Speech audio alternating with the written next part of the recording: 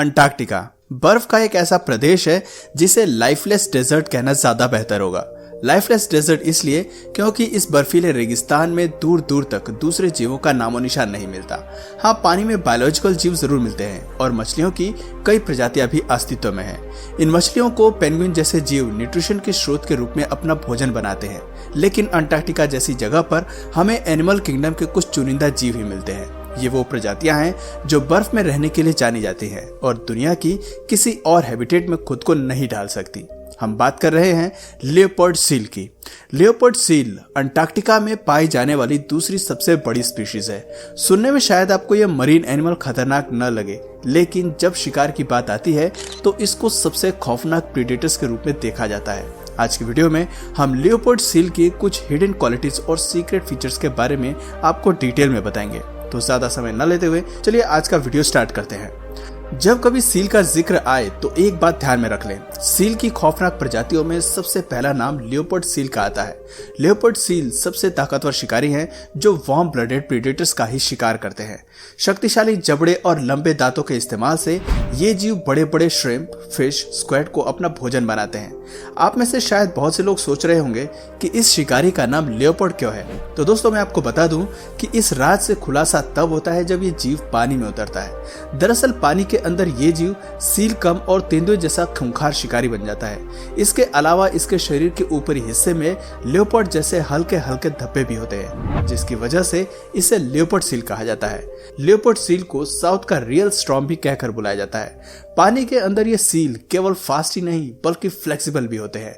Arctic region में इस शिकारी प्रीडेटर का एक अलग ही रुतबा है। आकार में 4 मीटर तक बढ़ने वाली सील लियोपोल्ड वजन में 400 केजी तक होते हैं। ये आंकड़े तो हमने आपको मेल सील लियोपोल्ड के बारे में बताए हैं। इसके विपरीत अगर फीमेल सील लियोपोल्ड की बात करें तो उनका साइज केवल 3 मीटर तक बढ़ता है और वजन 300 केजी मापा जाता है। हालांकि मेल और फीमेल के वजन और साइज में बड़ा अंतर है, लेकिन इनके शिकार करने के तरीके में कोई अंतर नहीं पाया जाता। पानी के अंदर रहने वाले ये शिकारी सील 300 मीटर नीचे गहरे पानी में भी रहने की काबिलियत रखते हैं और 20 मिनट तक बिना सतह पर आए गहरे पानी में तैर लेती हैं। समुद्र में इसकी स्विमिंग स्पीड लगभग 40 किलोमीटर प्रति घंटा होती है। लियोपोल्ड सील के पास एक बड़ा मुंह होने के साथ साथ शार्प दांत होते हैं जो इसे शिकारी को पकड़ने में सबसे ज्यादा मददगार साबित होते हैं। पानी के अंदर एक लियोपोल्ड सील जब कभी अपना मुंह खोलती है तो ये नजारा देखने लायक होता है, क्योंकि ये वो समय होता है जब लियोपोल्ड सील बेहद ही खतरनाक और आक्रामक फॉर्म में होती है। लियोपोल्ड सील असल में सील की फैमिली से ताल्लुकात रखती है, लेकिन ये स्पीशीज अपने परिवार के सदस्यों पर भी अपना खौफ बरकरार रखती है।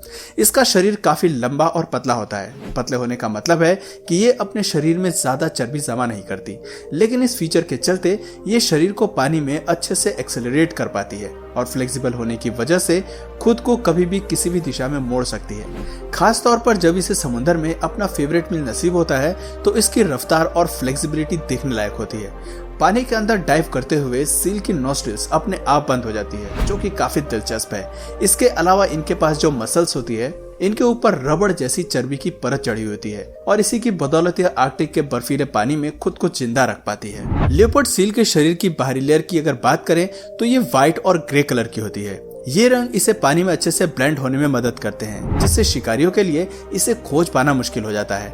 इतने सारे बेहतरीन शारीरिक फीचर्स के साथ साथ शिकार करने के लिए सील के पास जो दांत होते हैं वो काफी नुकीले होते हैं। हर एक दांत का आकार 2 इंच तक का होता है और यही वजह है कि यह अपने शिकार को दबोचने में सफल हो जाती है। लियोपोल्ड सील्स को छोटे शिकार को पकड़ने में ज्यादा मजा नहीं आता। इस जीव की नजर अक्सर बड़े शिकारियों पर होती है। बड़े शिकारियों को अपना भोजन बनाने की चाह में लियोपोल्ड सील्स अक्सर एलिफेंट सील्स और क्रैब सील्स को भी अपना निशाना बनाती हैं। क्रैब सील्स का जब कभी पाला लियोपोल्ड सील से पड़ता है तो इन दोनों जीवों के बीच का घमासान देखने लायक होता है। आप ये समझ लीजिए कि पानी के अंदर लियोपोल्ड सील काफी एग्रेसिव होते हैं। छोटी मछली से लेकर क्रैब सील्स जैसे बड़े शिकार को ये जानवर अपने ताकतवर दांतों से दबोच लेते हैं। लियोपोल्ड सील्स अपने शिकारियों पर अटैक करने के बाद कभी भी शांत नहीं बैठती, बल्कि इनका गुस्सा और एग्रेशन जारी रहता है। हैबिटेट के हिसाब से ये जीव अपनी डाइट में पेंगुइन को भी शामिल करते हैं, जो इनकी 80% भूख शांत करने के लिए एक परफेक्ट मील है। इसकी सबसे बेहतरीन स्किल है कि ये अपने शिकारियों को पकड़ने के लिए शानदार टैक्टिक्स का इस्तेमाल करती हैं। सील जानती है कि पेंगुइन को क्या चाहिए होता है और वो किस चीज के लिए समुद्र में उतरती हैं। दरअसल पेंगुइन पानी में अपने लिए मछलियों की तलाश में आते हैं। एक बार भोजन प्राप्त होने के बाद जैसे ही ये जीव पानी से बाहर की ओर डाइव करते हैं, लियोपोल्ड सील घात लगाए इनके इंतजार में बैठी रहती है और एक ही हमले में इन्हें मुंह में दबोच लेती है। हालांकि पानी में उतरने से पहले ये जीव इस बात का ख्याल रखते हैं कि आसपास लियोपोल्ड सील का नामो निशान ना हो, लेकिन फिर भी अक्सर ये जीव लियोपोल्ड सील्स की चाल का शिकार हो जाते हैं। अब जरा इस वीडियो को देखिए, जहां पहले एक पेंगुइन पानी में जाकर लियोपोल्ड सील के होने ना होने की जानकारी लेता है, फिर इनका सारा झुंड एक साथ पानी में शिकार पर जाने की योजना बनाते हैं। कुछ पेंगुइन के पानी में कूदने के बाद इन्हें लियोपोल्ड सील के करीब होने का आभास होता है। ऐसे में ये सभी वापस बर्फ पर लौट आते हैं। आप क्लिप में देख सकते हैं कि पानी के बाहर आते हुए पेंगुइन की स्पीड क्या है। ऐसे में लियोपोल्ड सील पेंगुइन को पकड़ने के लिए काफी बाहर तक आती है, लेकिन उसके हाथ कुछ नहीं आता। इसके बाद पेंगुइन का झुंड किनारे से काफी दूर जाने की कोशिश करते हैं, क्योंकि ये प्रजाति जानती है कि इनके दुश्मन पानी से बाहर आकर इन पर वार कर सकते हैं। ऐसे में समुद्र के किनारे पर रहना मौत को बुलावा देने जैसा है। अगर तैरते हुए कभी पेंगुइन किनारे पर पहुंच भी जाती है तो ये शिकारी उन्हें किनारे पर ही उड़ा ले जाते हैं। इनकी हंटिंग टैक्टिक्स हर शिकार के साथ बदलती जाती है। कभी कभी सील पानी से बाहर आकर बर्फ की चट्टान पर भी आ जाते हैं ताकि अपनी शारीरिक बनावट से शिकार को डरा सकें। लेकिन ऐसी स्थिति में पेंगुइन चालाकी से खुद को मृत दिखाने की कोशिश करते हैं और जैसे ही लियोपोल्ड सील अपनी पकड़ ढीली करते हैं, ये जीव वहां से भागने में सेकंड भी नहीं लगाते। इसके अलावा पेंगुइन सील के खिलाफ खुद को बचाने के लिए कभी कभी ग्लेशियर आइस का भी सहारा लेते हैं, लेकिन ज्यादातर ये बर्फ के टुकड़े पेंगुइन के लिए पानी में मुसीबत खड़ी करने का काम करते हैं। दरअसल पानी के अंदर लियोपोल्ड सील बड़े आराम से तैरती है और अपने शिकार को स्पॉट कर लेती है। वहीं इसके विपरीत पानी में बर्फ के कारण पेंगुइन को कई समस्याओं से गुजरना पड़ता है। ऐसी स्थिति में ताकत और किस्मत दोनों लियोपोल्ड सील का फेवर करती हैं और इसके लंच और डिनर का इंतजाम करती हैं। इस क्लिप को देखकर तो आपको इस बात का अंदाजा लग ही गया होगा कि सील और पेंगुइन के बीच ये लड़ाई काफी गहरी है। पेंगुइन सील को कंफ्यूज करने के लिए झुंड में भी उतरती हैं ताकि किसी एक सदस्य पर भारी न पड़े, लेकिन ये शिकारी किसी न किसी जीव को अपने दांतों में दबोच ही लेता है।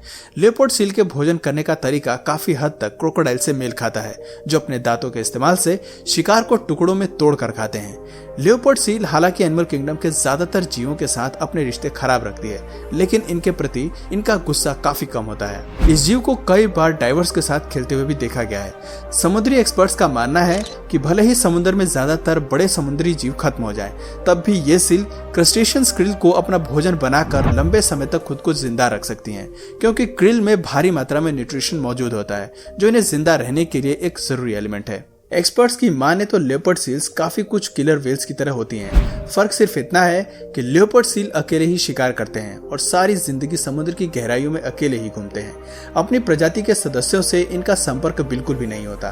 केवल गर्मी के महीने में ये जीव प्रजनन की प्रक्रिया को पूरा करने के लिए साथ आते हैं। रिप्रोडक्शन के लिए ये छोटे छोटे ग्रुप में इकट्ठा होते हैं और 9 महीनों के बाद मादा लियोपोल्ड सील कब को जन्म देती है, जो केवल 3 मीटर का होता है और इसका वजन करीब 30 किलोग्राम तक मापा जाता है। 3 से 4 हफ्तों तक सील कब केवल मां के दूध पर निर्भर रहते हैं और उसके बाद अंडर वाटर फूड के आदी हो जाते हैं।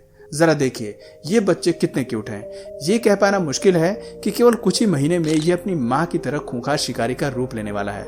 तो दोस्तों, ये थी लियोपोल्ड सील से जुड़ी कुछ ऐसी जानकारी और हिडन फैक्ट्स जिनके बारे में शायद आपने कभी ना सुना हो। अब तक तो हम समझते थे कि अंटार्कटिका जैसे ठंडे इलाकों में पेंगुइन जैसे पंछी का राज होगा, लेकिन वो कहते हैं ना कि दुनिया में हर शेर का सवा शेर मौजूद है। ठीक उसी तरह आप ये समझ लीजिए कि पेंगुइन का शिकार करने के लिए लियोपोल्ड सील का आतंक आपको अंटार्कटिका में जरूर देखने को मिलेगा।